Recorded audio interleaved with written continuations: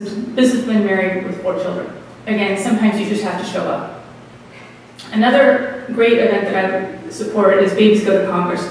I'm on the board of Heartbeat International, which is a global network of pregnancy centers. Babies Go to Congress is an event they do one to 2 times a year. And what they do is they take center directors, pregnancy center directors, along with clients who have been helped with their children, or this week they'll be taking a woman who made an adoption plan for her child, so she'll just be telling her story. They take them to meet members of Congress. The thing is, we live in an age in which all that matters are stories. Forget truth, forget black and white, forget morality, it's stories. What they're doing here is going into all these offices, regardless of how these legislators vote on the abortion issue, and they're just sharing a story. And there's really nothing that someone can say to oppose a story. Here, this is Representative Keith Ellison. He's a Democrat from Minnesota. He does not have the true blue Republican pro-life voting record. He's pictured with one of the clients from one of the centers and her son. Gabby Giffords from Arizona. Here's with another client and her daughter. Gabby Giffords did not have a pro-life record. This is just more pictures. Again, Mike Turner is a pro-life, does vote pro-life. Lacey Clay does not. But again, it's having a voice and being there. So to my mind, one of the most important things that we as women can do in politics is get involved wherever we can. And a lot of times we get distracted by the big national stuff, right? But sometimes what's really important is the local stuff. Things that are happening on the school board, your city council, in your neighborhood. Get involved wherever you can. And sometimes it's just showing up. Just showing up. And I think one of the most powerful, one of the things that I would love to see more of is, honest to God, I want to see women with baby strollers at the March for Life visiting all of the congressional offices. And a lot of states now have their own March for Life, so you don't have to go all the way to Washington. It makes an impression, and not only that, you're being a voice for yourself. And you're not allowing the other side to speak for you. Because as long as we're going to let them do, as long as we don't talk and we say, well, I don't have time, it's too messy, I'm scared, I don't know what I'd say, then again, you're allowing the other side to speak for you. I want to conclude just very briefly, what's so special about women? And in the letter to women that John Paul II wrote for the Beijing conference, he wrote, perhaps more than men, women acknowledge the person because they see persons with their hearts. And I'm going to give you a really big stereotype, but I think it demonstrates it just really well. I used to work in my dad's law office when I was in high school and in college. And his secretary, when my dad walked in the door, his secretary could see, oh, he's grumpy, he's in a good mood, wonder if one of his kids has been giving him trouble again, did he remember his wife's birthday? All these things, the person, right? When my dad walked in the door, he noticed one thing, whether or not his secretary was there.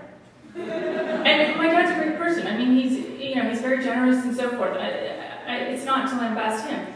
It's a stereotype. But women seem to tend by nature, we take in the big picture. And that's kind of how the multitasking is part of that. That we're taking in this big picture here, right? And that is part of who we are and how we work. And I think this ability to acknowledge the person, in a sense, makes it very, very important to have women in the political sphere. And otherwise, unless you go back to the Abigail Adams letters, where you don't have a balancing effect, and you need that balancing effect. And for too long now, we've let other people speak for us. And you know what? There's not one woman's voice. When I was working in D.C. During the confirmation hearings for Chief Justice Roberts, Senator Feinstein, she was the only woman on the Judiciary Committee, and she said on one of the first days of the hearings, as the only woman on the committee, I speak for all women when I ask you about your position on abortion, or Roe versus Wade, or however she put it. So in my office, my boss and I, we were livid, like, what? You don't speak for all women. So we wrote her a public letter, which we put out in the form of a press release, explaining to her that she doesn't speak for all women, that in fact she's only been elected to represent the women of her district, and not all of them voted for her, so she speaks for some women. Guess what? The next time she asked that, and every time she asked that question afterwards, She said, I speak for some women. So it made a difference. We had to show up and we had to say something. So, I want to conclude, if you don't speak, you allow others to be your voice, even if you disagree with what you say. And really, politics is everywhere. It's, it's at the dinner table, it's in our book clubs, it's at our gyms, wherever we are, in our churches, there is politics. And we have to be prepared to have the conversations, and we have to be prepared sometimes just to ask the questions, just get people thinking.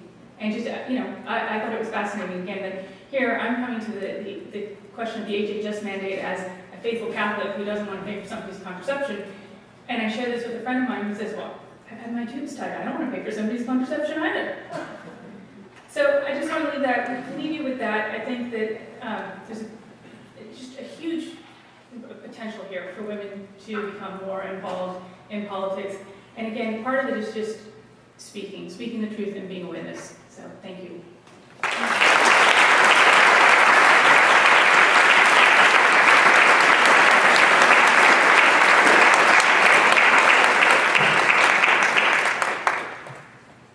Are there questions? I guess there's time for questions, right? Yes? Yeah. Okay. Yeah.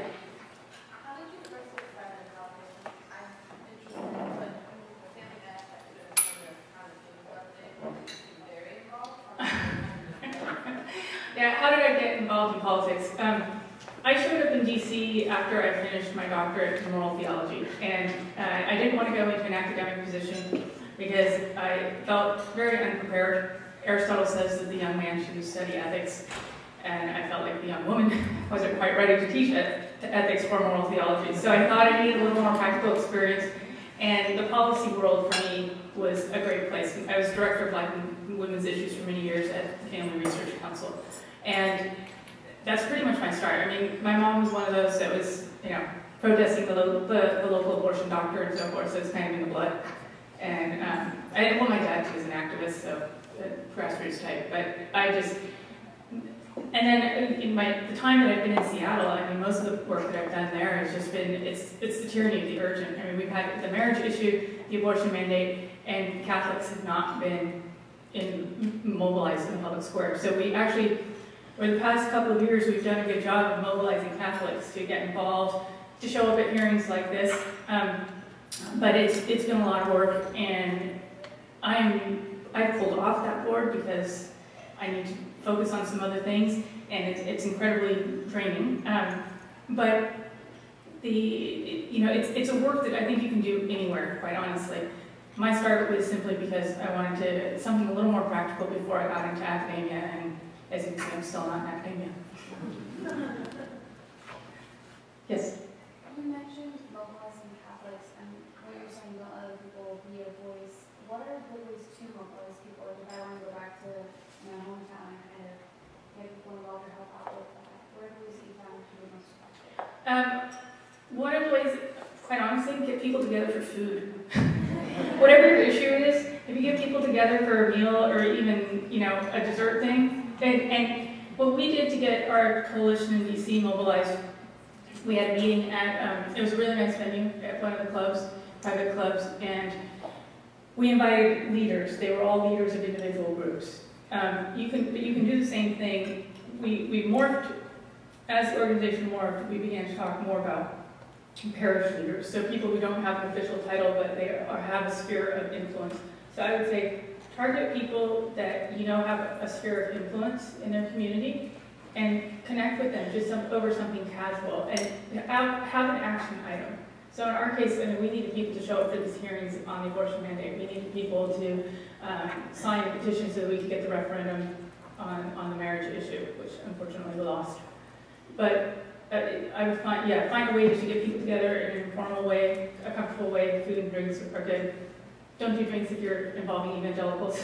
So, some evangelicals are fine with it, others aren't, so I find it's best not to offend anybody, so, and better just to get the work done. And speaking of evangelicals, there are a lot of I think there's 38 or 40 family policy institutes that are state-based family policy institutes. They're affiliated with Focus on the Family and Family Research Council. And if you have a local one, I would definitely sign up for their alerts and find out what they're doing. Yes. I'm also from Washington State. Are you involved in anything there currently? What are you working on? I'm working on figuring out what I want to be when I grow up. I was involved with Vocari and with the Washington Women's Network. Okay. Yeah. Whereabouts in Washington State? Hour south of Seattle. Where? About an hour south of Seattle. Okay. Questions? In the back? Yeah, I was wondering if you could speak a little bit on what you see as the importance of being involved in social media in terms of politics. Seems like it's becoming more important. It's really important. It's hugely important. I'm not very good at it, quite honestly. But it's hugely important. That is the way that people are communicating, and I think it was Pope Benedict who told all those priests, like, get involved in social media, be aware, do what you can. I mean, that is the way that people are communicating. We can sit back and say, well, it's not great to communicate in 140 characters or less, and we can have academic discussions about it, which are great, and I will probably agree with most of them. However, the reality is that's where people are, and I do think we need to engage, and we need to be incredibly savvy about it. One of the pitfalls that I find is that sometimes conservatives, there's like Christian conservatives, Catholic conservatives, or just conservatives, aren't necessarily the best professionally at what they do. And I fall back, C.S. Lewis said, but we don't need more Christian writers, we need more writers who are Christian. So if social media is your interest, I urge you to go for it, become the best you can be at it, and use it for the good. But that's where the world's at, and we've got to encounter it. And the Pope himself is using social media to engage people. And I love the fact that you can pick up Miley Cyrus's retweets, or you can follow Pope Francis. There's a choice. Any other questions? All right, that was easy. Thank you.